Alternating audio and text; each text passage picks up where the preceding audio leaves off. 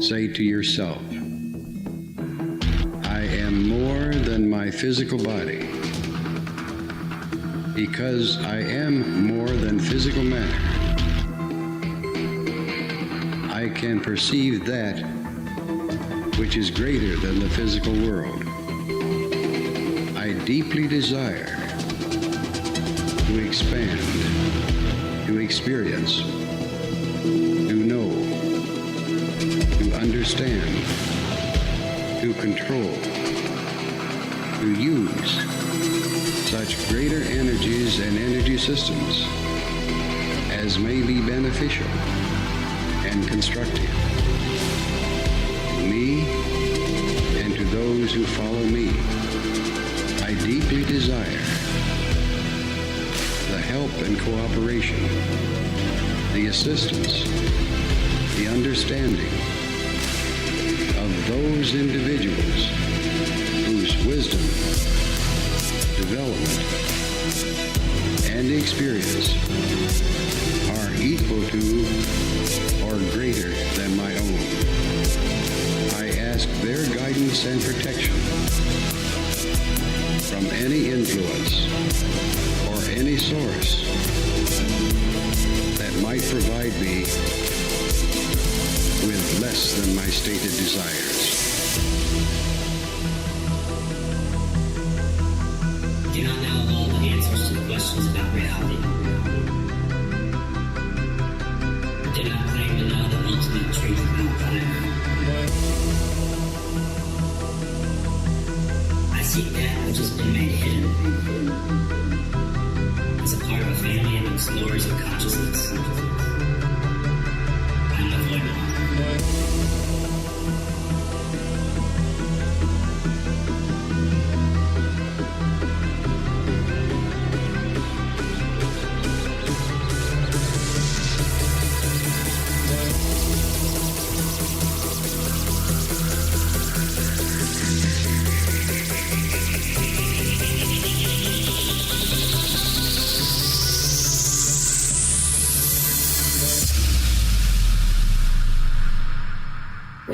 Welcome to Lighting the Void. Broadcasting live from a shack on a hill in the Mossy Creek bottoms of Cane Creek, Arkansas. This is Lighting the Void live here on the Fringe FM, KTLK Digital Broadcasting, and YouTube as well, and all of the places that we broadcast live on. TuneIn, Live 365, TalkStream Live, the Paranormal Radio app, all that. All right, so before I start this thing, I'm just going to forewarn you. This is a live broadcast, which means anything can happen. We know that. I'm not really sure what's going on here, but my computer is doing the wave, man. It's making wavy lines and then going black and weird stuff. So this thing might take a dive. You never know. I've run everything. I've run a lot of this equipment in the ground. I've had it for years. So, hey, it is what it is. We're going to keep going. So, cool thing happened. Welcome, by the way. It's November the 26th, 2024. Start of the week here. Really cool thing happened. But it starts out kind of bad. So, I have an acquaintance or a neighbor, and his name is Mark. Now, not too long ago, his house got broke in, and someone tried to rob him.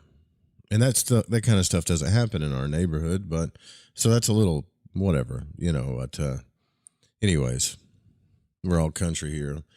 So he tried to stop the guy, and I haven't got the whole story. I don't know why he didn't have a gun on him, but he didn't. And so the guy that robbed him ended up shooting him 8 times. 8 times. Now, I don't know all the details, so I'm not going to give you the details till we get him on the broadcast. But what I do know is his demeanor is totally different. He obviously he survived. I saw him at the store, and as soon as he saw me, he had a story to tell. And the story is is that he went out of body 3 or 4 times. The first thing that came out of his mouth to me was, "Hey man, that stuff that you talk about on your show is real." Right? And I said, "What do you mean?" I thought the guy had a heart attack. That's how out of the loop I was. I didn't know someone shot him. Okay? It's because they were doing a fundraiser up there for him. That's what I thought. But anyways, so he got shot in the face and shot in the body. Now, I don't know. I didn't get the details. We'll get the details when he comes on the broadcast. I may have to pre-record it. Regardless, we're going to get this story. So he gets out of body. He goes out of body 3 or 4 times, he says. Not only that, the doctors confirmed everything, but secondly, he said he spoke to a man while he was out of body. Now, I know this guy, you know. I used to talk to them when I would go up to the store, and they would, you know, sometimes I would, refer to what we talked about on the broadcast. And it usually got a little giggle. It does from mainstream society sometimes. It still gets a little giggle. But I could see the look in his eye. He is a changed man. He's like, "Man, this stuff is real. It's real. It's real." I'm like, "Yeah, it's real. It's not a dream. It's not none of that stuff, man. It's real. Yeah, it's real." And I can't wait to hear all the details about it. So I'm hoping I can get him on this week, or at the very least, pre-record a segment with him, but we'll do that. Okay? So what's up? Let's see who's in the chat. MJ, what's up? Domek, Mick Mac, Sir Wolf, Cosmic, Dutchy, and Sudi, what's up? Grant, what's up, brother? All the lurkers show up. We know you're there. I'm late. I had to get some burnt coffee. Been struggling with the tech tonight. All right. Oh, yeah, that's burnt coffee. Well, let's see. So we're going to pick up where we left off. We're talking about the third eye from Vera Stanley Alder. The Finding of the Third Eye is the name of the text. This is a kind of a classic, but it's a brushover of the ancient wisdom, and I think it's a good one. But a lot of this stuff isn't exactly provable, is it? So, in the preceding chapters, a bird's eye view has been taken of the conditions surrounding developing humanity. The possible fruits of a deeper understanding of various aspects of life have been considered, and such aspects, for instance, as planetary influences, by whose aid we develop, and which we can study through astrology and numbers, and by their manifestations through color, sound, and form. A little research has brought to light the possibility that the discoveries of men of science today may coincide with the knowledge of the mystics of all times. You know, a lot of people have been talking about that, but I still don't think it's happened. Honestly, I don't. A lot of people say, "Oh man, science and spirituality is coming together." But in my opinion, we're still a long ways off from that. But this was written in the 60s, so. Now, with a difference only of presentation and nomenclature, and the fact that the mysteries always postulated an ultimate cause and law behind all phenomena, while present-day scientists seem afraid to link up with such big issues. Finally, we've considered the perfecting of our physical life through more intelligent control of diet, exercise, and the human relationships, and breathing, proper breathing. So let us now draw away the veil still further and take a peep at what may be the future awaiting man when he struggles out of the rut of materialism and finally takes the reins of his life into his own hands. Yeah, that's funny too, because a lot of us think that taking our life into our own hands is given into materialism. Do you ever wonder this, though? Like, if the spiritual people that were in the 60s, right? If their vision, could you imagine being back then and say, "Man, in the year 2024, everybody's going to be spiritually enhanced, and there's going to be flying cars, and everybody's going to be getting out of body. It's going to be insane." Do you think that they would be happy or disappointed with us? We'd probably still ask some of them. Some of them are still around. So let us now draw away the veil still further and take a peep at what may be the future awaiting man when he struggles out of the rut of materialism and finally takes the reins of his life into his own hands. It looks as if the powers that be are tantalizing humanity into making this effort, because they are allowing hints and bits of knowledge to filter through in a more general way than ever before. We find all sorts of unexpected people playing enthusiastically with these jewels as if they were bright new toys. On every hand, we hear glib talks of trances, visions, healings, and divine guidance. And nowadays, it's astrology and tarot all over the place. We hear of intimate relationships with the masters of mystic experiences upon the path. We're given full details of initiations, reincarnations, and magic, both black and white. Hundreds of societies and cults with scores of teachers have sprung up like weeds everywhere, like a mushroom growth. I threw in the weeds. And of course, they mostly claim to be the special instrument of the Great White Lodge. Now it may be that many of these people are childish and that some of them remain materialistic and jealous, even profiteer with their spiritual goods. Nevertheless, two things stand out. Firstly, there is a growing, widespread demand for enlightenment on these subjects and a deepening sense of the existence of such knowledge. And second, everything that is being given out everywhere bears the same stamp, posits the same laws, and makes fundamentally the same promises in spite of the superficial and surface differences. It would all appear to come from one original source, and that source to have been the very ancient teachings of the great sages and mystics of all time, which has existed the world over in much the same form. And although people are still perhaps infantile and naive over the treasures of knowledge so freshly presented to them, yet their interest is intense and their numbers are growing. Man, you should see it today. If you think the numbers are growing in the 60s, you should see it today. Furthermore, as in all their various forms, these teachings yet tally in laying emphasis on brotherhood, unselfishness, generosity, and peace. They would seem to form some kind of opposition to the propensities of slaughter, oppression, greed, and selfishness, which are causing widespread havoc in various parts of the world. True, among these cults are to be found many cranks, hypocrites, and other undesirables, but these people would exist in any case, and they may have more. Boy, Vera Stanley Alder is opinionated, right? Can't you hear the people in the background going, "Don't judge me"? They may have more chance of regeneration where they are. It is necessary always to distinguish between the teaching and the teacher, and it's possible to learn beautiful truths from a very unbeautiful character, who in that way may be working off his karmic debts. The great revival of interest in the occult subjects began towards the close of the last century, and it's said that the close of any century ushers in a foretaste of the knowledge to be assimilated in the next. Certain it is that 50 years ago, there was an intense pioneering activity in research, both of the occult and scientific.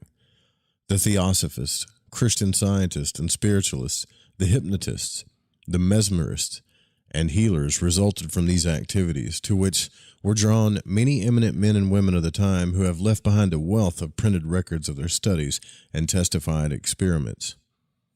Much of all these results may be doubted by the skeptics, but there is no smoke without fire. The impartial inquirer will do well to observe that in all these diverse activities, much of the same type of manifestations, information, and mysterious laws appear to have come to light. Those who were studying these things from the mental and philosophical angle were headed by a remarkable woman called H.P. Blavatsky. Hopefully you guys are familiar with Blavatsky. If not, you should be. You should get familiar with her.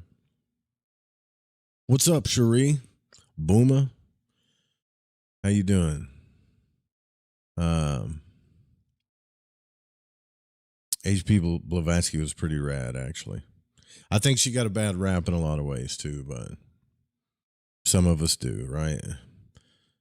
Lots of humans get bad raps all the time. So H.P. Blavatsky, whose strange personality seemed rather divorced from her profound and level-headed writings, she made a deep and exhaustive search into ancient Eastern mystical records and produced almost an encyclopedia upon the subject in her Secret Doctrine and other books. The Theosophists, headed by Annie Besant, carried on the work, and during the same period, a very ancient sect called the Rosicrucians were allowed to begin to give out a little of their knowledge to the public. Some of this work was accomplished by Rudolf Steiner and men like Max Heindel. The less intellectually inclined were provided for by the spiritualists, Christian Scientists, Mesmer, Dr. Q, and others, or QE. Everything was done by fair means and possibly foul to awaken people to a sense of the potency of the inner worlds. The seeds thus sown germinated and persisted, and today there is a big field of these activities which excites little comment because it has grown to be a part of the life of the public. What are the principal elements of the more exalted of these teachings? Well, we hear first of all of the great plan for the evolution of humanity, which develops through spirit ensouling 7 great races and dwelling on 7 great continents, of which Lemuria and then Atlantis were the first 2. The earth itself is to have 7 successive incarnations before becoming spiritualized. All this is only a tiny little cog in the wheel of planetary evolution. Planets come into successive births just as humanity does, both individually and collectively, and also so do solar systems. Y'all believe that?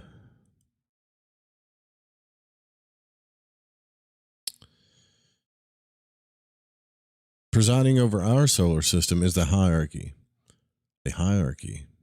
And all the staff of graded helpers mentioned in the Bible as the 7 spirits before the throne, the archangels, angels, cherubim, and seraphim. Humanity is, and by the way, all of those are classified in the tree of life, the Kabbalistic tree of life. You'll see where they are, where they reside in what realms or whatever. I'm getting paranoid. I just saw a weird light going across the sky. I don't know if it was the rocket launch or something, but now I hear a helicopter that's flying super low. Really low. Y'all hear it? They don't fly low around here. Listen. Oh, y'all probably can't hear it. But it's low. All right, I'll turn my mic down. I just cranked my mic up to see if y'all could hear it. All right. ADD kicking in again. Jesus. Oh, look at the squirrel. So humanity is in the school of earth, graduating to be qualified to fill such exalted positions in the dim future. The first to pass these mystic examinations, called initiations, will be ready to replace those of the celestial company who are promoted to higher positions. Having attained such status, they have no longer any need of earth lessons, but they sometimes elect to come back to help humanity and set as an example of the perfect human life, as did Jesus Christ, the Buddha, and many others in earliest history. In fact, we are told that the gods themselves instructed humanity at the dawn of history, at which time humanity was entirely conscious of the inner world and had gradually to learn to become aware of crystallizing physical planes, or of the crystallizing physical plane. So the gods, or those members of the hierarchy who are in charge of the elements and the different forces of nature, have always been appreciated throughout the ages and worshipped in excellent symbolical form by such people as the Egyptians, the Assyrians, and the Chinese. All these faiths in their original root form acknowledged the one God over all. So, for instance, if we study the revival of that pure religion as it was cultivated by King Akhenaten, we will see that he founded it upon a former faith existing thousands of years previous to his time, which worshipped one God.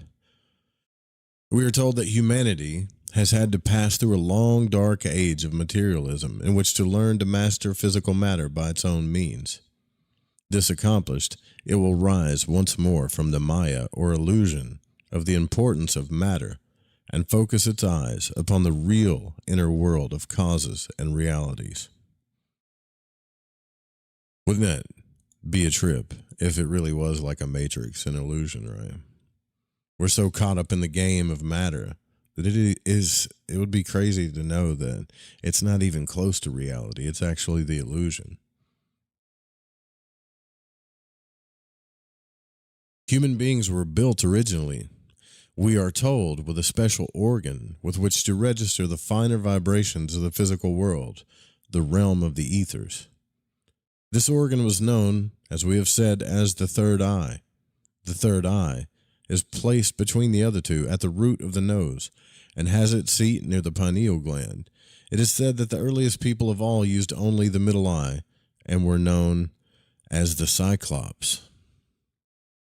We are told that during the embryonic development of the human species, at first man's only organ was that which he used to feel with and to differentiate between heat and cold.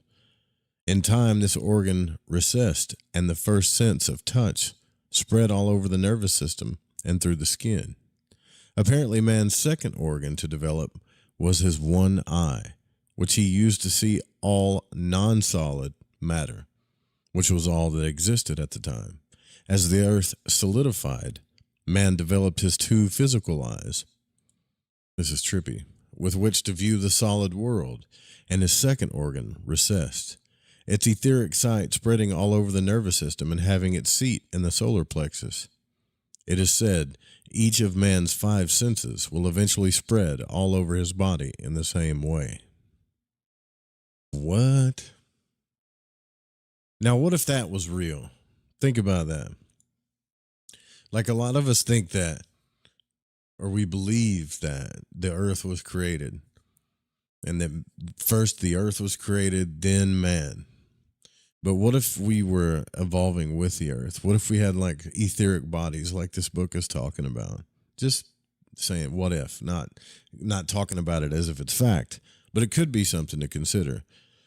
So our bodies evolved with the planet. At first, we were just these like etheric beings living in this kind of etheric substance. And as the earth slowly solidified, our bodies evolved with it too. Now, I would think that this probably sounds like BS, but the truth of the matter is we're incredibly awesome at adapting to our environments over time. In fact, I think right now it's said that our peripheral vision is about to go down like really a lot over time unless we stop staring at our phones. That's a real thing. The scientists and doctors and all kinds of people are actually worried that our field of view is going to shrink because all we do is stare at our phones, and evolution is going to adapt to that. So, well, they don't need this outside anymore, you know. That would be pretty damn trippy, right? The capacity for sight in the lower, non-solid etheric portion of the physical plane is therefore one of the most primitive involuntary functions which man shares with the animals. It is only when this ability is brought by willpower and training under the control of man's higher faculties and made to work in conjunction with the centers in his head that it becomes of real value. Thus coordinated, all three activities are often loosely classed under the heading of the third eye. And for the present, it will simplify matters if we sometimes do this also. As physical eyesight developed, the etheric eye recessed, but although dormant at present in most people, it is only awaiting development and training to be reawakened. This training is a part of deliberate mystical development which was well understood and thoroughly provided for in the ancient temples. No high ruler or pharaoh was eligible without such training. The fact of his finished apprenticeship was announced by a knob upon the forehead of his statue, representing the awakened third eye, or by a serpent's head rearing from his own, to show that he had raised the Kundalini serpent. The Chinese Mandarin wore a peacock's feather in his head to represent the same development. The functioning of the third eye puts the individual in touch with the greater part of the physical world, all that part which is invisible to the physical eyesight. The physical world is divided, as is all else, into 7 interpenetrating planes or strata. These are solid, liquid, gas, and then 4 kinds of ether. The physical eye can register or see the vibrations of the first 3. The third eye can voluntarily register or see the vibrations of the 4 ethers. Certain creatures and types of activity, such as human beings and waterfalls, have their final outer expression in solid form. Many other beings and types of activity have their final outer expression in ether form, or etheric matter, as it is called. For instance, we're told that the angels have an etheric body as their outer coat instead of a solid physical one like we have, and that this is because aeons ago, at the time when they went through the human or individualizing stage, the ether was the densest condition of matter in existence. So there was no physical matter. It was just the densest form was the ether at the time. When the third eye is opened, the individual begins to see all the manifold creatures and activities of the ether, and he approaches much nearer to the causes and realities of life. The mind can have power over everything which it can visualize. Therefore, while man is thus studying and learning to comprehend life in the ethers, he's able to develop the power to use and control some of his life. He sees, for instance, exactly what his thoughts are and what happens to them. Once he has thoroughly comprehended the region of thought, he uses and controls his thinking apparatus to much greater purpose. He also studies the records of the Earth's history which exist in the ethers in photographic form. He also gains an acquaintance with the planes described as the 4th dimension, the power to penetrate with one sight or consciousness in every direction at once, and backwards and forwards through time. Time and space are physical attributes, but only an infinitesimal fraction of their limits can be apprehended by the senses while using their fleshly encasements. The yogi or sage who wishes to know the truth at first hand and to study the workings of the universe sets himself earnestly and patiently to reawaken his third eye and to reawaken it into activity using time-worn and tested methods. He proceeds to study the conditions in each of the 4 ethers. He gradually accustoms himself to discriminate between and sum up the unaccustomed intricacies of interpenetrating, mobile, and changing activities. The task is extraordinarily difficult and unimaginable to the ordinary man, but the sage has access to instruction and help of which many of or less advanced mediums and psychics of the West are ignorant of. Truth is the essence of purity, and therefore, as the sage knows, can only be contacted by one of a like vibration. Uh-oh. Oh, my it's trying to do something weird again. So therefore, the wise one acknowledges the first step to be the attaining of a condition of purity of motive, and purity of living, a very little understood condition. They said the root, I forget where I heard this. I think we read it the other day, but the root word or whatever for the meaning of purity is actually completeness.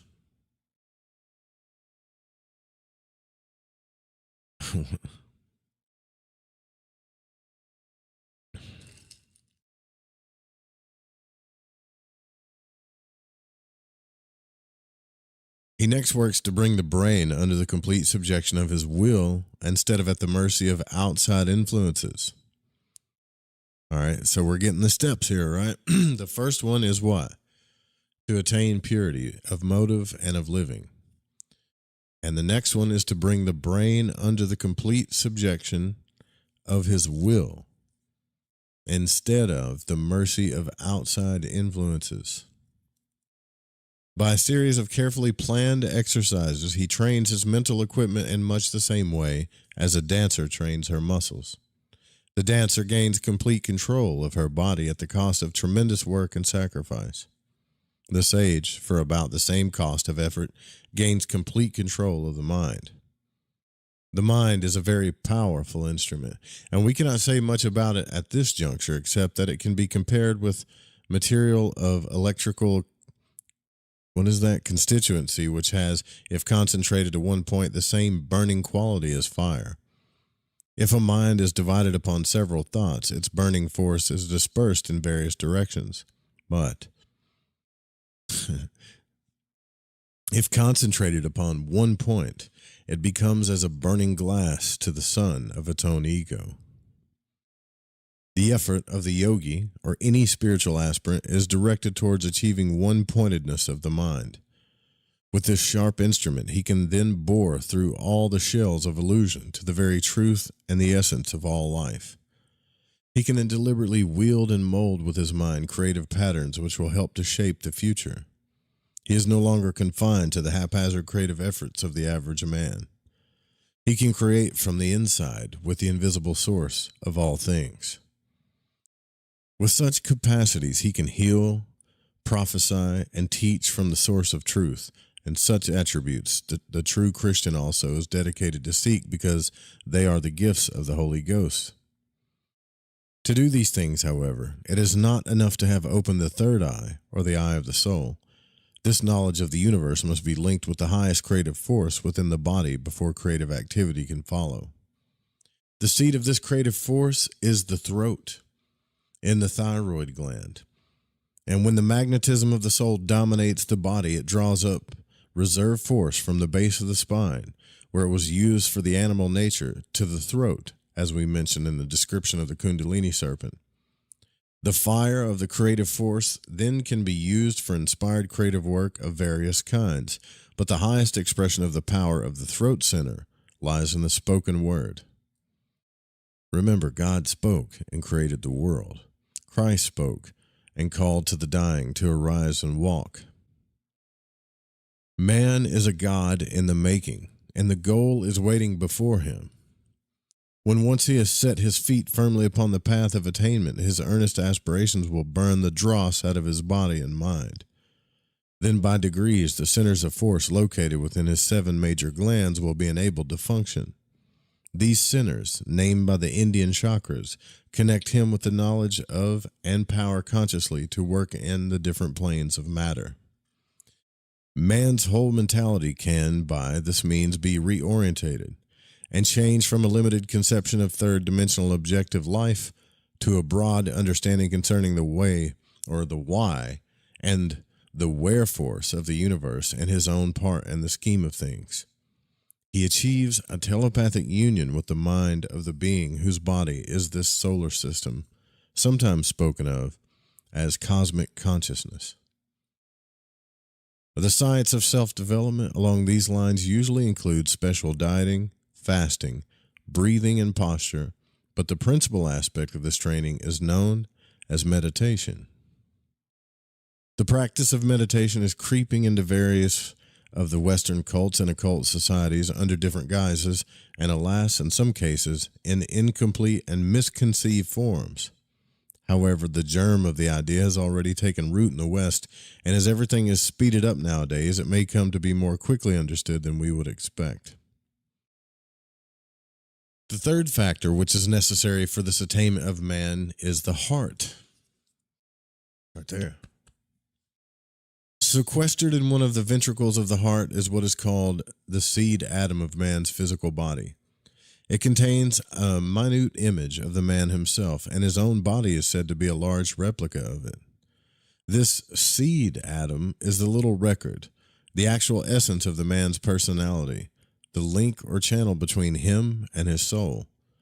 It holds the, quote, silver cord to the heart, and when it is severed and death occurs, the seed atom leaves the body and is preserved in the subtler realms until a man's reincarnation when he is formed from it again. So we can say, therefore, that the actual man himself, his real personality, his essence, his memory, and all of him that will endure dwells in the last analysis within the heart. For this reason, all that man learns through training and combining his physical brain with his higher mind must be linked with his heart before it is really his.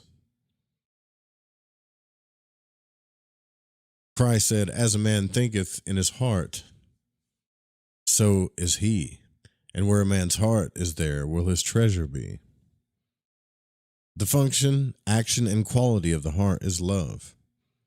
Love, in its broadest sense, is the desire for reunion with the divine spirit of the Creator which permeates all life. Love is the magnet which holds all life together. Its attraction is so strong that nothing can resist it. Through the direct access of the heart to the divine spirit of love or truth comes those intuitions, which are always more reliable than the thought-out processes of the brain. Everything which you can love, you can understand. Put limitations to love, and then you limit life. That is what most of us do. We confine our love to one or two people and possessions and close ourselves off to the rest of life. To reach the divine truth, therefore, the heart must desire it. The heart must love it above all else, and then the power of the heart will link the man within it to his illumined mind and brain, the active pineal gland and pituitary body. The perfect triangle will have been formed, the triangle that has been drawn and symbolized and named in so many tongues. Yeah, now that triangle is now what everybody's afraid of. I saw Puff Daddy holding up that triangle one time. He's a member of the Illuminati. I think a lot of times when people throw that sign up, they don't even know what the hell it means or where it comes from, you know. It just makes them special.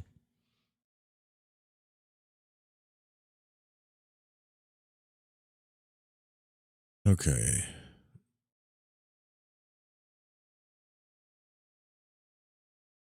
To reach the divine truth, therefore the heart must desire it. The heart must love it above all else. The perfect triangle. I guess the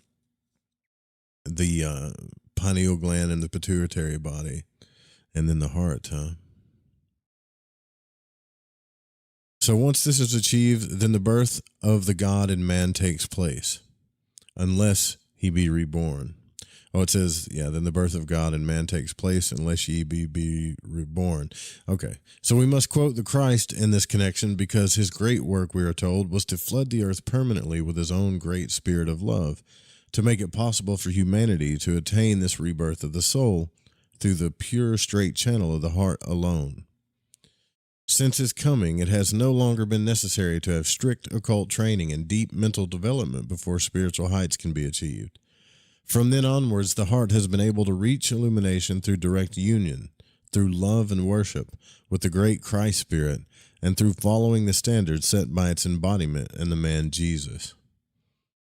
The sacrifice of the Christ Spirit and thus bearing the heavy mantle of earth vibrations in order to support the faltering heartbeat of humanity has been greater than we are able to imagine. Humanity would appear to be very slow in taking advantage of it, and seems hardly able seen to grasp the standards set before it as yet. It's simple, though. Love thy neighbor as thyself. So simple and so clear, and quite enough to change this tortured earth to a lovely place. Be ye wise as serpents and harmless as doves. Here again, we have the serpent as the age-old symbol of the Kundalini serpent, which rises up the spine and links together the great triangle. We can gather that Jesus Christ taught his disciples the science of meditation.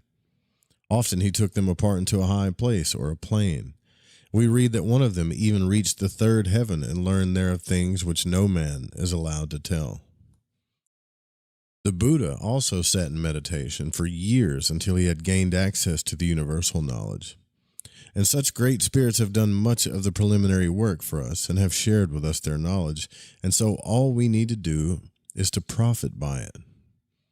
It's not necessary for all of us to travel the occult path, to study deeply and to train as mystics.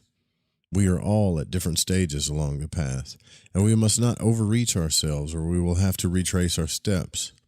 Many of us, in fact, may choose subconsciously to continue with our most vital inner development only during our hours of sleep, and to withhold our growing knowledge for the time being for our little waking brain. But it is never too early for any of us to take the quickest way to begin to learn to love. I think this chapter is probably why I really like this book, though. That doesn't matter about the religious stuff or whatever. There's just Love is so simple, man. We screw it up, boy. We really do. It's never too early for any of us to take the quickest way, to begin to learn to love, and to clear out all the accumulated rubbish of false thinking, intolerance, and greed, which is robbing us of the light of life. Whether we choose to approach the truth through the discipline of study, complex thought, and abstruse language, or through the discipline of self-sacrifice and service, or the essence of that which we seek remains the same, too simple for words or brain, just a letting go of fear and ambition for the self. We're trying to overcome habits of thought embedded in our personalities for centuries. For some of us, this may only be possible at our present stage through the constant drilling of words. Others may be able to short-circuit them by a tremendous effort of love. But however the goal is approached and however it is achieved, let it be borne in mind that the gate of man's deliverance, his birth as a God in human form, is heralded by the reopening of the third eye, after which he will remain no longer blind to everything in life except the tiny excrescence which we call the physical world. Man, let me, what's up, Ava? What's up, Jenny? What's up, Christy Belly? All right, so before we start the second part here, this is the first steps to mastery. We're gonna pay for the music licensing. By the way, remember on the website at fringe.fm, there is a request if you want to dedicate certain songs to people, whatever, like that. If you put that request in there, we'll upload it. You could do a genre too, but if you say a genre, then we don't know what it is. Like, we have to pick it. But you can put specific songs up at the radio station at fringe.fm. And it's not fringefm.com. It's www.fringe.fm or just fringe.fm. I don't even think you got to do the damn www stuff anymore. All right, we'll be right back.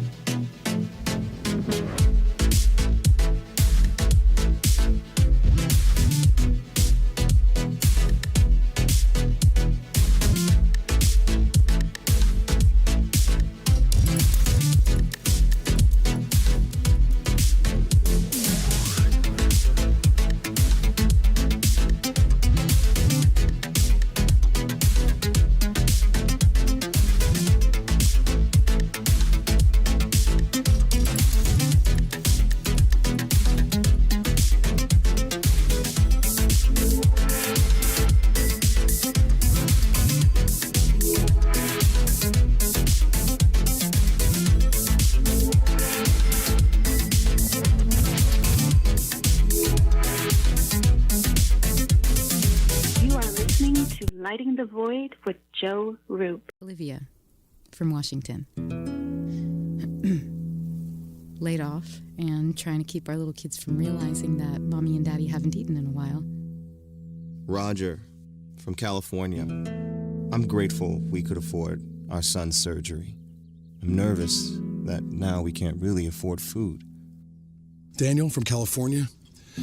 Choosing whether to pay the rent or pay to fix the car to get to work doesn't leave us with much at all. Now we can't even pay for meals. Donna from Louisiana. The storm just hit, and we went from donating to the food bank to needing it. Keisha from South Carolina. I've been skipping meals so my 2 kids can eat, but filling up on water doesn't really work. Hunger is a story we can end. End it at feedingamerica.org. Brought to you by Feeding America and the Ad Council. Hey, Dad, how do airplanes fly? What's in this box? Is this tree good for climbing? How are babies made? What does this thing do?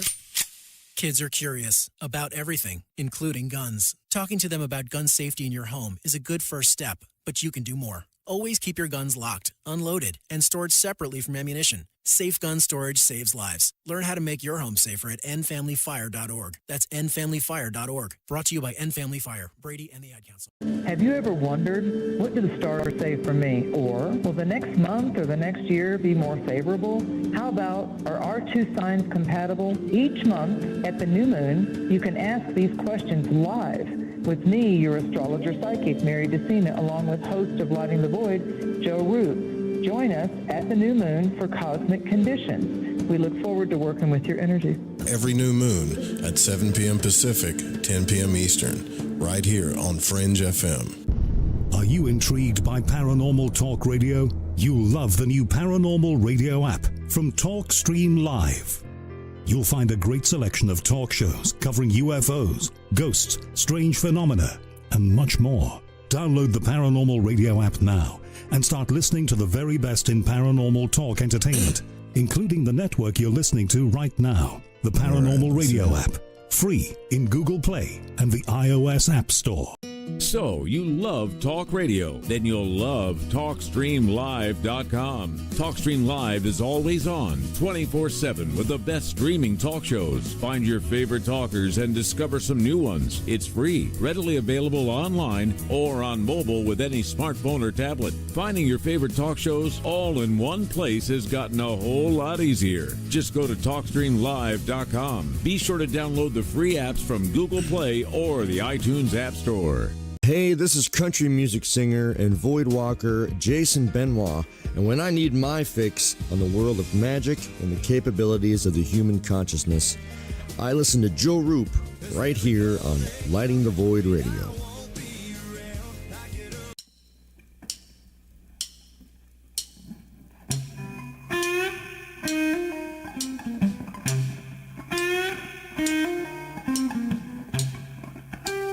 I wouldn't make it a habit calling me that, son.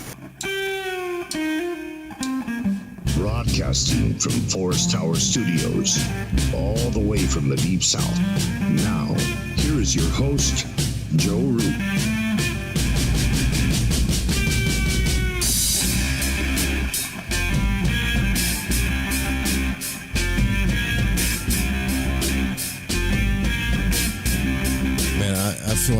I feel like this computer's just gonna blow up, man. It's flickering like a time bomb right now. I'm not playing. Don't know why. Just weird stuff's been happening. Let's see if I can do this. Oh yeah, I can turn that down. All right, so if you hear me pause while reading this text, it's probably because I can't see the screen. What's up, Spit Habits? What's up, brother? Did I say hi to Jenny? I think I did. I think I said hi to everybody. I did. I always miss, there's Brad. See, I always miss one person. What's up, Brad? Gotta be somebody I missed. I'll go back and look at it and be like, damn, I missed you. I'm down here. Chair gave away too. All right. So first steps to mastery. That's where we're at now. So you're listening live on the Fringe FM. I'm your host, Joe Roof, for you guys just tuning in on the radio station. We are reading The Finding of the Third Eye by Vera Stanley Alder. And the mastery of which we speak is a potent inner quality that may manifest outwardly in various forms according to, I guess, the decision of the ego or the inner man. So we're told that the ego decides before birth upon the experiences, hardships, and conditions of life by means of which it shall learn its next lesson, develop its next spiritual muscle upon earth. It then chooses or is drawn to a birth date which will tune it into such conditions and selects parents with whom it had already built up certain karma or obligations in former lives. It's pointless, therefore, for the individual to try to shirk, avoid, or mitigate the experiences and difficulties of his life thus expressly selected to help him. To do so would be merely to postpone the issue and lose chances of development. Yeah, it'll put you into what's a good phrase for it? Like a spiritual incubation. You know, when you feel like you're in the twilight zone, it's because you're avoiding something uncomfortable, something that you need to deal with, probably something that's going to grow you. a change, a deep one that needs to happen, and the deeper the better. A lot of times when we change this stuff, we don't just change it for ourselves. We change it for generations of people behind us. Because a lot of the stuff, in my opinion, stays in the family for years and years and years and years and years. So if you're that person that gives a shit enough to try to change it for the rest of the people in your family line, not to mention everybody else, but those people specifically, it might be worth it. Just think about that. If you're not going to give in to the woo, just think about doing it for that reason. So it's pointless, therefore, for the individual to try to, avoid it. To do so would be merely to postpone the issue and lose chances of development. The issue at hand is to learn a certain spiritual law, to cure a certain defect in character, and to develop a certain quality of mastery. Therefore, an intelligent man will strive to discover where he stands and what is the lesson he is required to learn. If he is then able, by an effort of will, to anticipate this lesson by deliberately training his heart and mind to the stage required, he may, in this way, obviate the necessity for an unpleasant experience. Thus may a man learn to master his own stars by eradicating in his character those vibrations which attract the analogous disciplinary stellar influences to him. The individual may choose thus to hasten his development by speeding up the improvement in his own character, or he may take the simpler way of the heart, the way of intuition and love. In this case, he will, through opening his heart in love and faith, which is a lot easier and more simple, establish a direct link with the great plan. Yeah. It's a lot easier than getting in your head about it. The joy of which superconscious knowledge will uphold him through all his experiences. It will illuminate his path through life, investing sorrows and joys with the radiance of their inner message, so that he would not wish one particle of his life changed. Stone walls do not a prison make, nor do palaces make a paradise.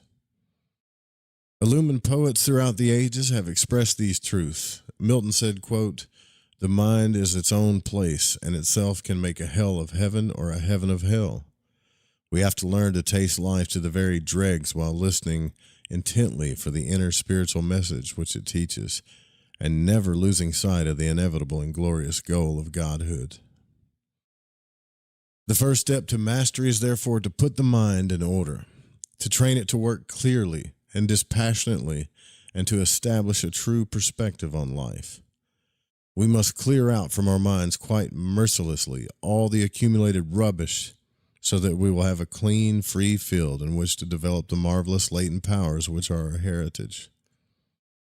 We must get rid of all inhibitions, all false values, uncertainties, indecisions, fussiness and restlessness, all those states which eat away the vitality of body and mind. We have paid much money in the past to doctors and specialists to analyze our bodies for us, finding the results not quite satisfactory. We instinctively turn to the psychoanalysts and psychologists, paying them to analyze that which we begin to feel is the root of our troubles. All these men do what they can for us because we have given them cause to believe that we do not care to hear the truth, namely that we could do much more of ourselves than they can do. That's the truth. Worry, rush, noise, anger, fear, and envy poison the system just as surely as if we took arsenic. If we err sufficiently in any of those ways, we die. Therefore, if we err in any lesser degree, we are still injuring ourselves. Even although death comes more slowly, we shorten our lives. It is recorded that venom has been found on the tongue of a man in a rage exactly similar in its constituents to the venom of a snake. I don't know if that's true or not. That sounds wild, though. I do know this, though, man. I've gotten so freaking angry. Especially when I was younger, that I did take, like, my tongue tasted funny. I always thought it was just like adrenaline or something, but yeah. And so anybody that's ever gotten super pissed probably knows what I'm talking about. It is, yeah, so the same poison has been found to be generated in the body of an angry bull. Such venom would be, of course, emanate in a fine form from the body of a vindictive and furious person and act as a subtle poison to all contacting it. So the story is told of the ward of a certain hospital for the wounded during the war, in which an alarming percentage of the patients died. Investigations were pursued, and it was discovered that the matron had been all her life a man-hater. Ooh. So there was you had a man-hater taking care of soldiers? Tisk, tisk. After her departure, the death rate returned to normal. There's also recorded an experiment in which the breath of a person who was very much upset was caught in a test tube and found to contain enough poison to kill a small rodent in a few moments. The effects of people's emanations upon flowers, animals, and children is often very noticeable. Love and hate, then, have each their chemical form and action. It's obviously impossible for doctors or teachers to do us any permanent good until we learn not to poison ourselves and those around us. The true spiritual qualities entirely eliminate these poisons. Absolute faith makes fear and worry an impossibility. Unreserved love leaves no room for hate, anger, envy, or greed. Worship of beauty in abstract and concrete form strengthens and protects man in all his activities. One who is able to live in this way needs no outside help and sheds warmth and radiance on all that's around him. If we wish seriously to set the stage and prepare the way to this attainment, our first step must be gradually to eliminate all unnecessary thoughts, desires, and habits from our lives. So, every day for a few weeks, we should examine ourselves thoroughly, writing down honest replies to the following questions. 1. What are our ideals? What are our ideas? What do we really believe? 2. What is our ambition in life and why? 3. Are we prepared to face the truth about ourselves and make a change? Or are we liable to sit on both sides of the fence? 4. What are our faults and what are our talents? And what are we doing about them? 5. What are the things which affect and worry us? And just how important are they? The examination should be preserved with until all the answers are clearly written down. It will be found that so much sound thinking has probably never been done before. The results will be like a tonic to the brain and a stimulant to the endeavors. The important thing is to clear out everything from the mind which we can possibly do without, so as to concentrate all our powers upon the strictly necessary. One of the 7 devils of mankind is possessiveness. Y'all think about the devil card in this one too. Possessions rule us while appearing to be our slaves. Our lives are cluttered up with possessions which we are sure that we need. They take up our time, our money, tie us to places, and complicate our lives in 1,000 ways. To be continually looking at quantities of possessions confuses the brain. A clairvoyant gazes at the crystal merely to prevent her physical eye from seeing any objects. That's a good way of looking at it. The whole reason why the crystal works so well is because your eye's not really looking at anything physical. It's looking through it. She knows that to see them distracts from the powers of the mind. The yogi discards all possessions and tries to discover the minimum needs for physical existence. Jesus Christ instructed his disciples to go out into the world to teach, taking only the barest necessities of raiment. Possessiveness is the root cause of all wars, tyrannies, and other obscenities. It is founded on an entire fallacy. If we endeavor to possess anything, we at once separate that thing and ourselves from the rest of life. We're meant to possess all things, to share all things, and to be a part of all life, to have power over all things, not one thing. If we insist on striking always on one note, the rest of the music is lost to us. The desire to possess people. This is a big one, y'all. All right. If you think about the Lover's card and how free those two energies in that card are, you cannot possess, control, manipulate, bully, contain people. Stop trying to do it. And if you do it, you might get away with it for a little while, but it's just going to end in shit every time. Every time. Right?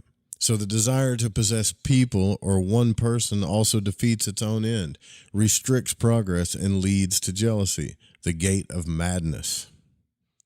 We should respect the privacy and originality of every human soul and allow it to complete freedom for development. Otherwise, the inner spirit resents the outrage of repression and love dies. Man, and this is a freaking almost, I just think it's true, man. You ever see when two people fall in love, or if you've ever actually fell in love in your life, you don't ever feel possessive of that person until it gets so deep you start bringing in fear and insecurities, and then, which we all have, but like it just takes the shit away, and eventually it starts to get toxic, because you're worried that love's going to go away or whatever. I've been there. We've all been there. I don't think I've met one person that hasn't, so don't bullshit yourself. But think about the cause and effect of it all, though. I see what happens when people die, and people, like families that fight over their possessions. I've seen people use words like loyalty and use their own children and things like that to manipulate and control each other and guilt trip each other. I've seen some heavy shit, man, that it doesn't, and I'm sure you have too, and it's not that big of a deal. It's not as dramatic as I'm making it out to be, but the cause and effect of it is pretty dramatic, actually. Because you take like two people, it could just be friends too, whatever, that are, they like each other, they love each other, whatever. The moment possession starts happening, it's a downhill slope from there. It just depends on how long, I know I'm not talking about marriage. If you're like marrying each other in a choice, and you're making like this ceremony of I choose to love this person, whatever, that's fine. It's the signing of the papers that bothers me. Putting that Saturnian shit in there, Let's do a legal binding contract. Why? Why can't the ceremony and just the expression of the choice be good enough? Why do we have to sign papers? Why do we have to bring Saturn into the mix and bind these sumbitches to us, That doesn't speak of love and abundance. That's fear or possessiveness, or in some cases a tax break, right?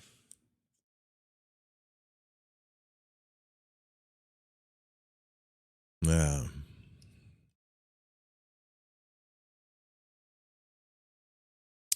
The desire to possess people or one person also defeats its own end, restricts progress, and leads to jealousy, the gate of madness.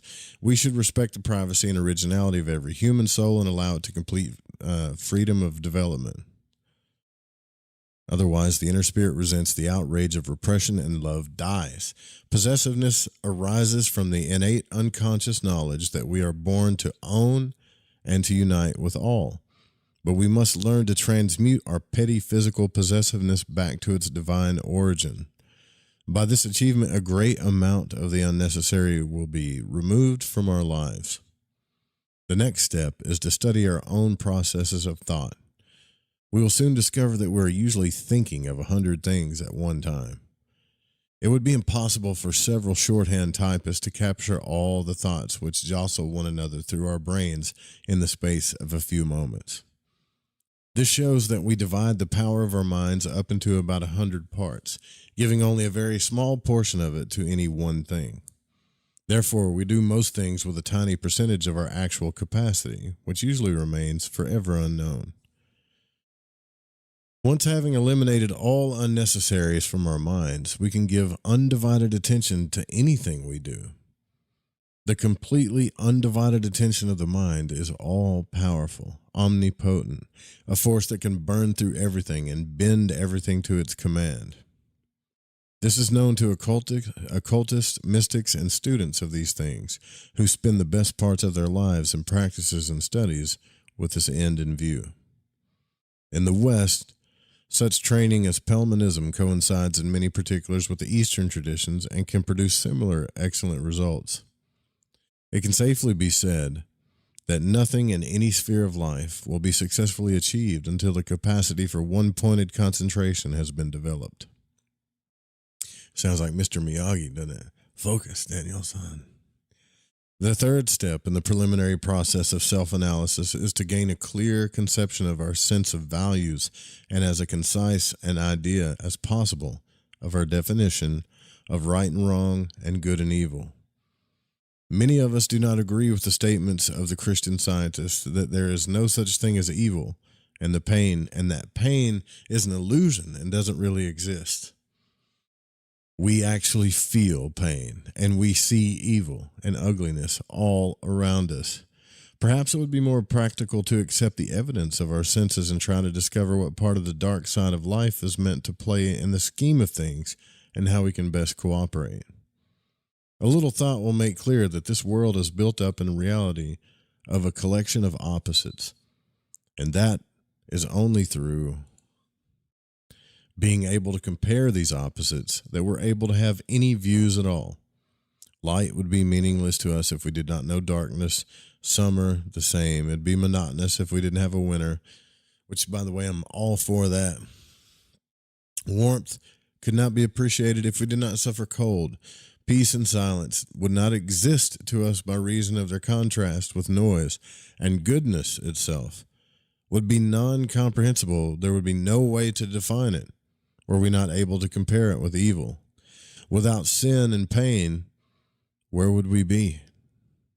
Well, perfect, with no possibility of further progress.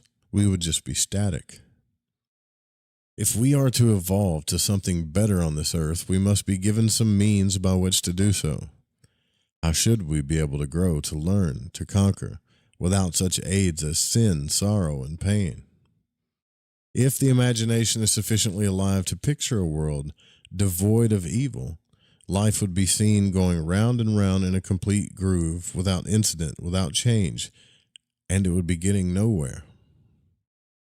In the earliest days of the religion from which part of the Christian beliefs have sprung, Satan was worshipped. He was understood to be the greatest benefactor of man, placing before him temptations and experience without which he would remain stagnant and futile. Without experience, man cannot create. And at present, humanity is said to be evolving from a state of ineffectual virgin spirit into self-conscious creative godhood. And this is mostly through the help of evil, or Satan. According to this, then, one can no longer call Satan, quote, evil, nor can one think of evil as evil, if it is so beneficial to us. It is possible, therefore, to say that there is no evil. What then is there? What causes all this trouble? This is something I totally agree with, which people are going to hate me for, but I've always agreed with this part of the book. There is only unbalance. Perfection and power is true balance of all the parts, whether it be found in a human face, in character, or in the works of nature. And this is where man's free will comes in. He's able to upset the ideal balance of things by stressing too much some particular aspect.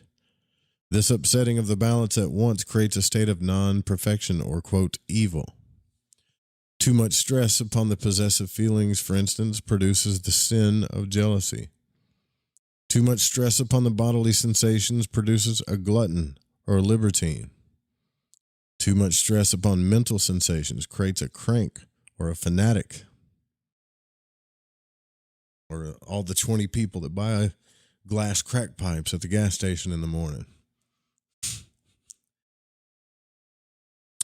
Even if a man puts too much stress upon his spiritual side and ignores his body, he may go mad, unbalanced, as it is rightly called. Crazy. There are many lesser stages of madness not recognized as such: a snob, a miser, a murderer, all expressing advanced stages of overbalance or the putting of too much stress on any one thing. We all do this inevitably in one way or another because of our free will, and in order to learn the great law of karma, cause and effect, and action and reaction. Satan was at one time called the magistrate of God, the keeper of karma and of numbers. His work was to stand by and deal out the lawful effects of unbalance, and it can be imagined, therefore, that the glutton might be given a diseased body, lasting throughout several lives until he learns balance in that respect. The fanatic or the man who has ill-used or not used his brain, either or, might be given imbecility for a life or two until he learns to understand the necessity for keeping a balanced brain.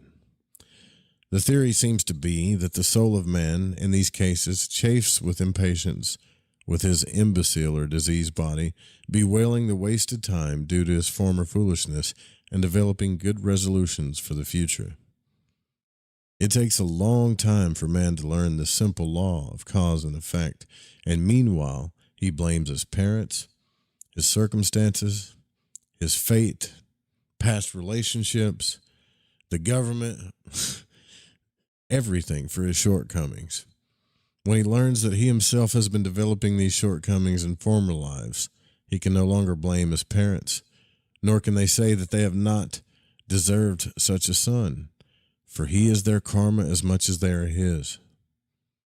Finally, we are told man will master this lesson of balance, or non-evil, in all parts of his makeup. He will learn to love deeply, but unselfishly, without stressing the self, understanding and forgiving all because of his own experience and realization of the laws of development. He will no longer give all his love to his own people and nothing to the world. He will realize that all the world is serving him with the experience he is so deeply needed for his growth.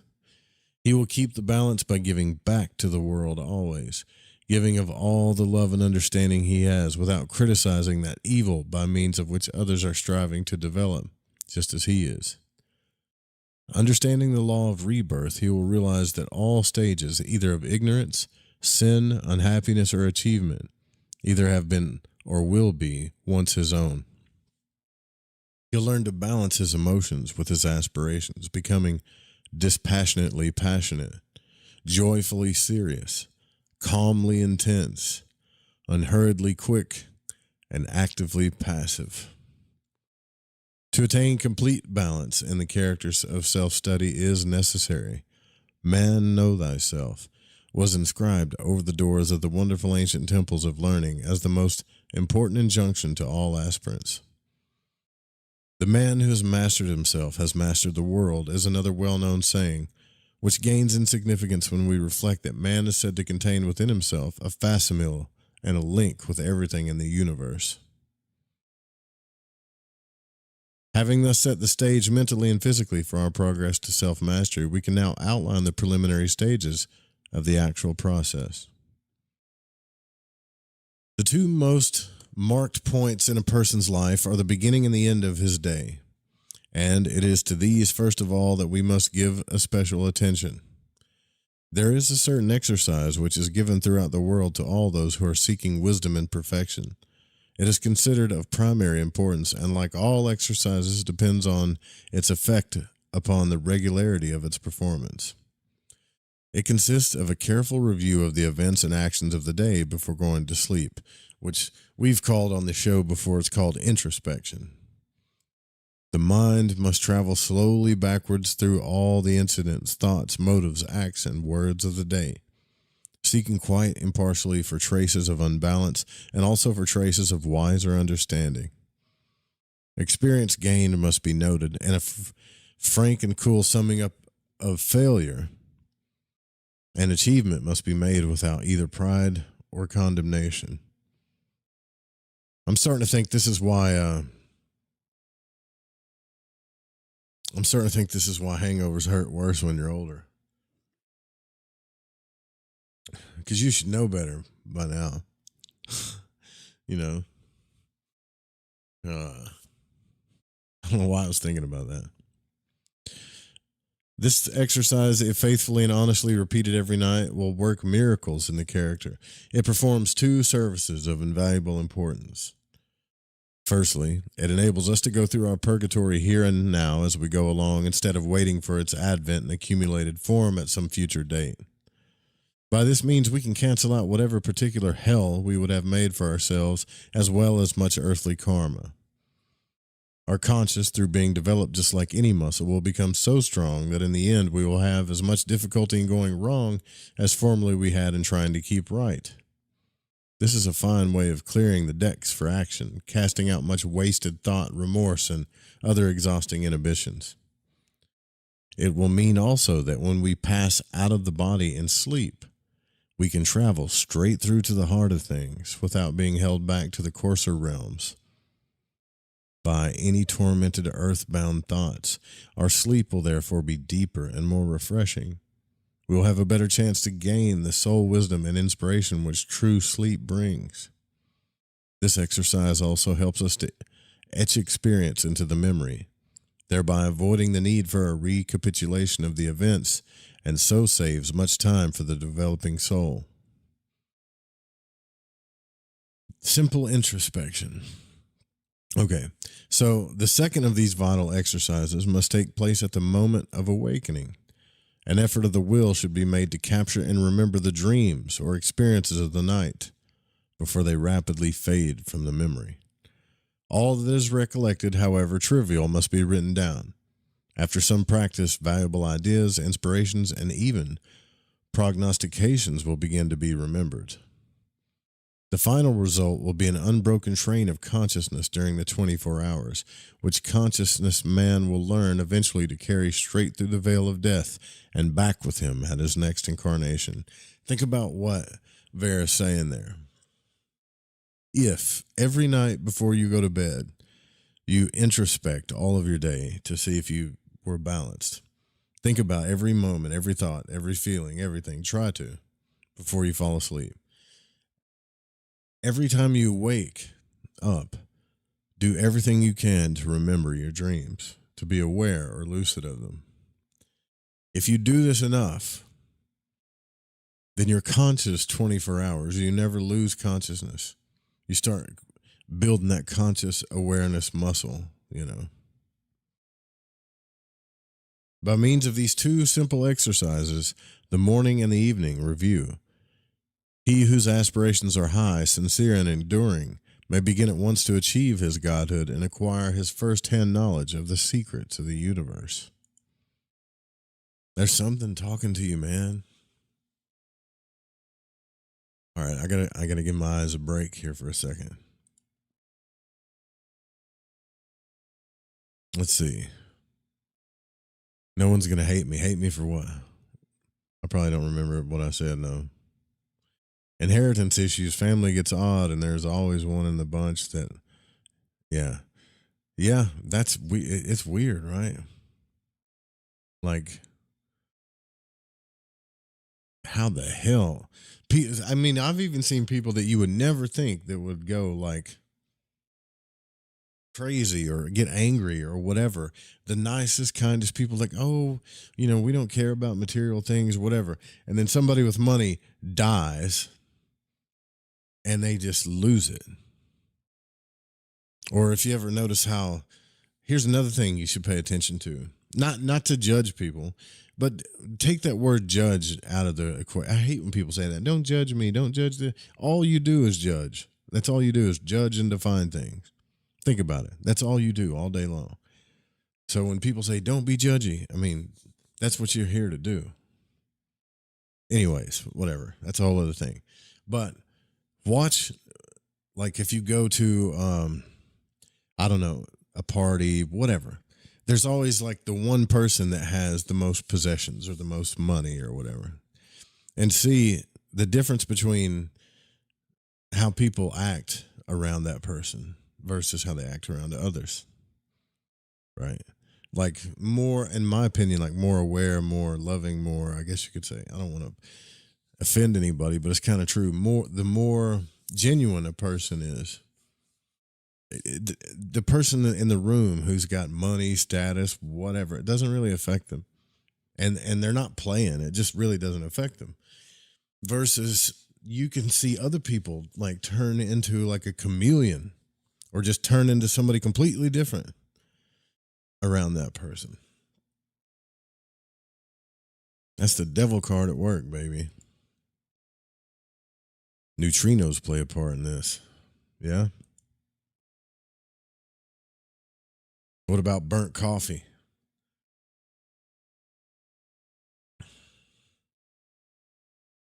Okay. The next part is meditation. You can't be a money hater either, right? There's like, you don't want to be that either. So there's a balance in everything. You got to live on the earth too. And you know how like Vera's talking about Jesus and all the stuff. Well, there's stuff that's not really mentioned too as they moved around, okay? And while they were, I guess, preaching to the masses or whatever, who was in charge of the money? They had to have money. Who was the treasurer of the group? Judas. That's right. The one that betrayed him. And if you think about most betrayals on earth have to do of one or two things at the root core: sex or money, or the experience they're going to have, which is basically sex or money. It's sad, man. You know why? But I'm going to go on a little tangent here. You know why it's sad? Because whether it's family, friends, lovers, acquaintances, partners, or just people you meet on the street, I don't think that we're living up to our potential when it comes to love at all. Like how deeply we're able to love, how good we could love each other, even partners and romantic partners, how deeply they could love if they were truly devoted to loving the other person as much as they're worried about getting loved themselves, right? If both of them were, if it was balanced. Now, not this whole freaking narcissist empath thing we got going on. That's weird. I don't understand that. Or you just your friends, you know. And I understand the friend thing. I reach out to friends. Sometimes I call them 3, 4, 5 times. And then, you know, I just give up. Because I'm like, my ego's like, I'm not reaching out to them no more, you know. They got to reach back. And that's just that part of you that knows you need balance in your life in order for love to actually work. It's always a two-way street. But you can't force it. You can't control it. It's better to find the balance in yourself so these things don't affect you like they have affected me, you know. All right, so the next part is meditation. How much time we got? Yeah, we got time. We're actually almost done with this book. It is in silence that the soul speaks. Men have always realized the mystery of silence. They have ever been haunted by the feeling that silence and stillness are full of a potent and vital something that is lost during activity and noise. Speech is silver, but silence is golden, said the poet. As we gain in experience, we will be able to observe that one of the hallmarks of men, great in spiritual qualities, is that they are calm, still, and sparing of speech, although extremely vital. If you meet a man or a woman of this type, keep near to them. You will learn much from them, even without words. The science of meditation has been used throughout the ages as the means by which a man can link his brain, mind, and soul together and connect them consciously with the universal intelligence, or the mind and motives of the creator of the solar system. Notice he didn't say universe, just solar system. By means of meditation, man learns to concentrate and project his attention straight through the physical plane to the fourth dimension, then later to further dimensions. He endeavors to bring that which he learns through into the physical world, translated into physical language, and interpreted into his own brain as best as he can. and the realms which he may reach, language, color, and form have quite different expressions to those with which we are familiar. He is getting to the heart of things, the underlying causes, the primordial truth, which eventually give their faint, distorted reflection as physical color, sound, and form.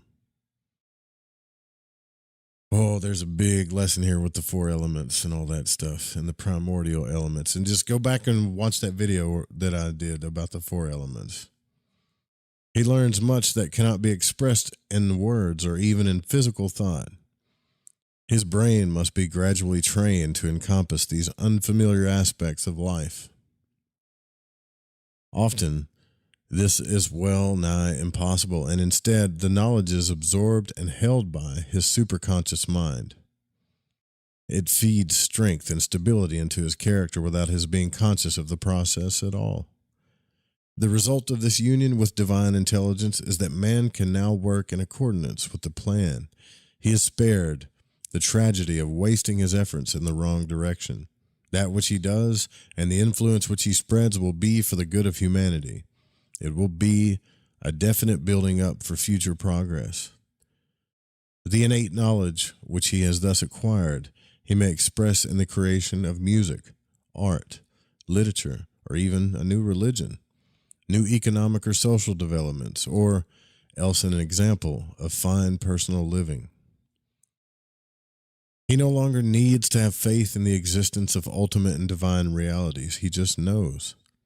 He has put himself in touch and in tune with them, and henceforth can bask inwardly in the radiance and joy of his knowledge. He can mentally look down upon the conflicting processes of the world's development, including his own little suffering, much as one would study a fascinating Chinese puzzle. With one part of him, he suffers and experiences, while at the same time with the other part he enjoys, comments, and learns. Too many people, the attainment of such a state of knowledge and power. Too many people, the attainment of such a state of knowledge and power has been all important.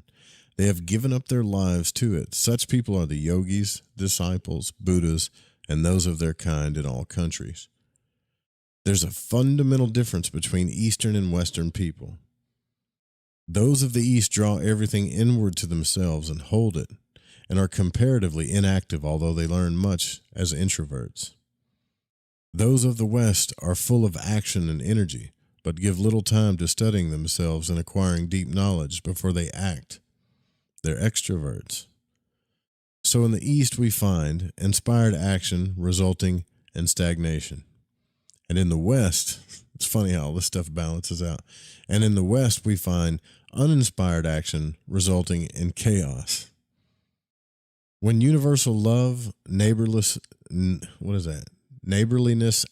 brotherhood eventually spread across the world, East and West will learn from each other and pool their attributes, which I hope that's what's going on now.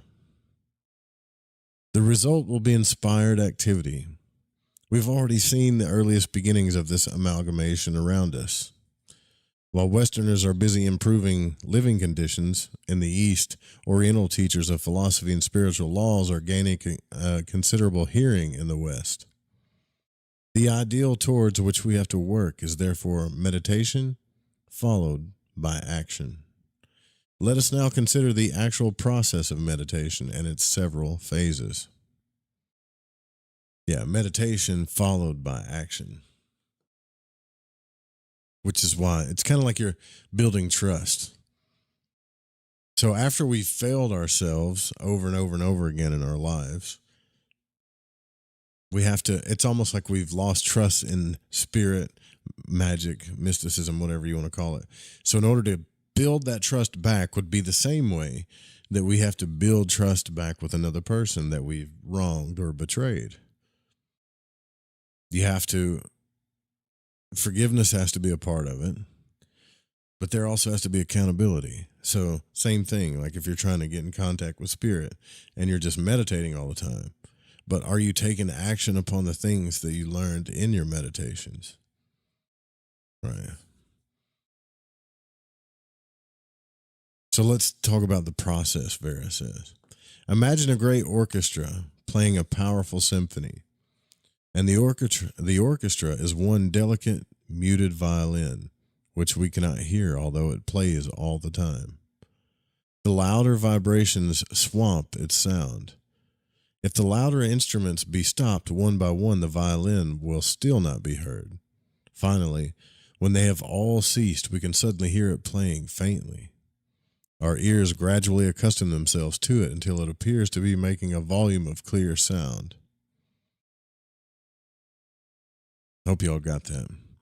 This is a good simile of the process of meditation. The human being is like an orchestra of varying vibrations. The louder, coarser vibrations are those of the atoms of the body and brain. The finer are those of the emotions and thoughts.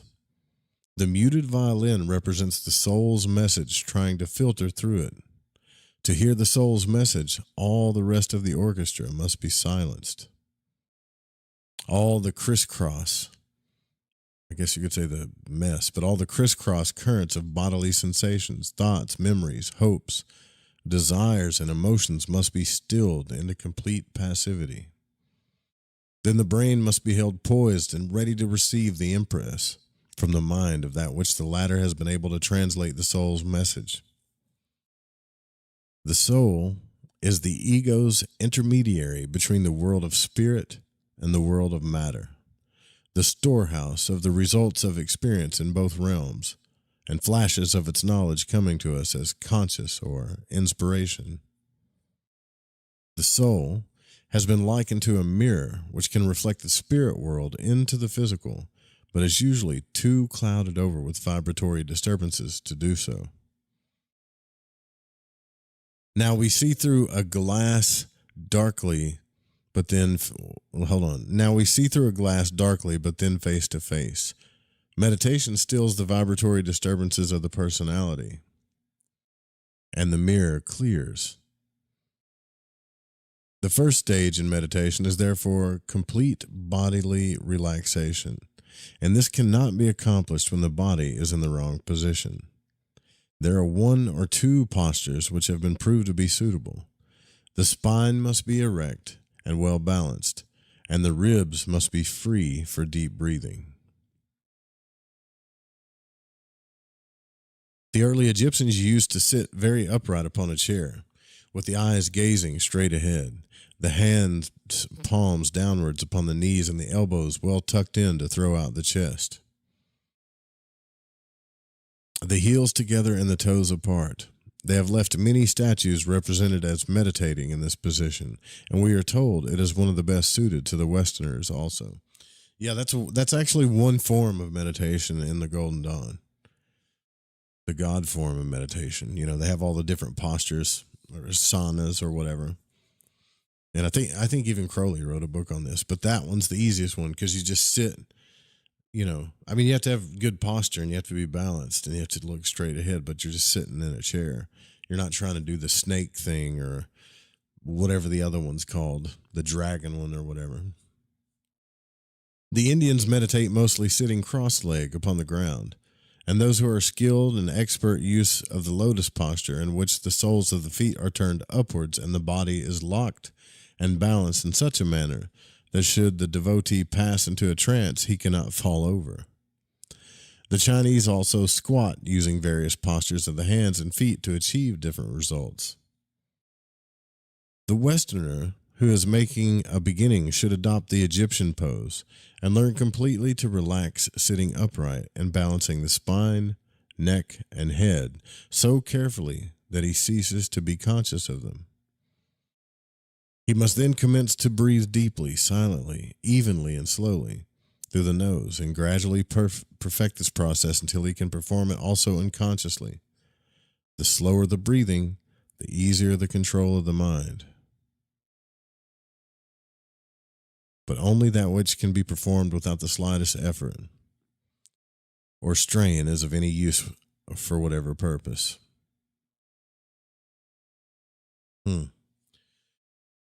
I mean, I'm going to have to stop it there because the computer is flickering like crazy. But we'll continue this tomorrow. I'll probably have to update something, unplug something, whatever, but I'm calling it right there. We got to.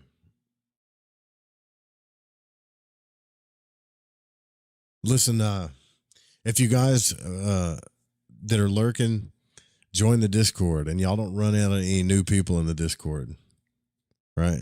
I'm just playing. What's up, Paul? Did I say what's up to Word Salad? What's up, brother? Paul from Newcastle. Anyways, if you guys want to continue reading this yourselves, you can. It's called The Finding of the Third Eye by Vera Stanley Alder. We only have 20 or 30 pages. It looks like maybe 35 pages to go before we're done with this one.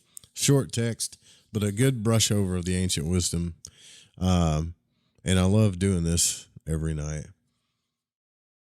Hopefully, and I'm working on this, I'm just trying to get some things back in order here, a better foundation. So I'm having to actually work 2 jobs while doing this broadcast. I got to get up in, 4 hours or something. But you guys don't worry. I love doing this stuff, man. I've always loved doing it. But once I get a better foundation under me, things will amp up on the show. Until then, thanks for hanging out. Support the show if you can. I love each and every one of you. We're going to roll out. Night-night, sweet dreams, all that good stuff.